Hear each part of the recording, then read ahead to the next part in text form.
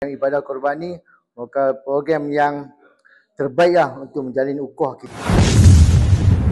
Assalamualaikum warahmatullahi wabarakatuh. Bersama kami Yayasan Amal Malaysia, program korban kali ini di selatan Thailand. Kami yang berpengalaman lebih 20 tahun dalam program korban ni turun ke lapangan sendiri untuk membeli dan menyembelih sendiri lembu korban dan kambing korban tersebut. Lembu sebahagian 580, kambing seekor RM1,000.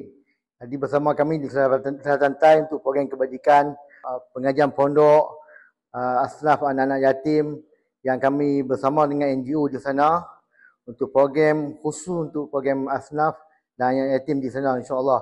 Yang ibadah korban ni merupakan program yang terbaik lah untuk menjalin ukhuwah kita di Selatan Thai. Jadi bersama kami dengan Yayasan Amal Malaysia untuk program ibadah korban di Selatan Thai, insya-Allah. Ingat korban, ingat amal korban.